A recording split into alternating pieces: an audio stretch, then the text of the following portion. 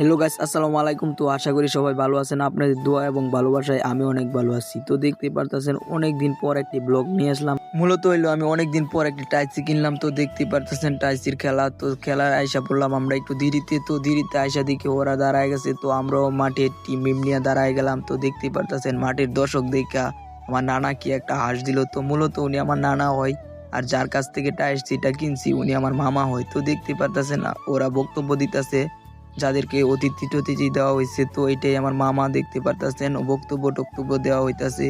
তো রেফারি সাহেব শুধু সময় দেখতেছে কোন সময় খেলা শুরু হবে। তো আরেক ভাই দেখতে পারতেছেন কি একটা হাঁস দিল, রেফারি সাহেবও জানি কি বলতেছে আর জুতার দিকে তাকায় আছে।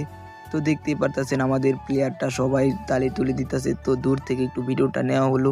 তো মূলত দেখতে পারতেছেন আমি পিছন দিয়ে দাঁড়ায় আছি। তো মামা দেখতে পারছেন কিরকম টুলি মুলি দিতেছে। আর মূলত হইলো দর্শকরা আমাদের জন্য অনেক অপেক্ষা করতেছে যে কোন সময় খেলা শুরু হবে। আজকের ভিডিওটি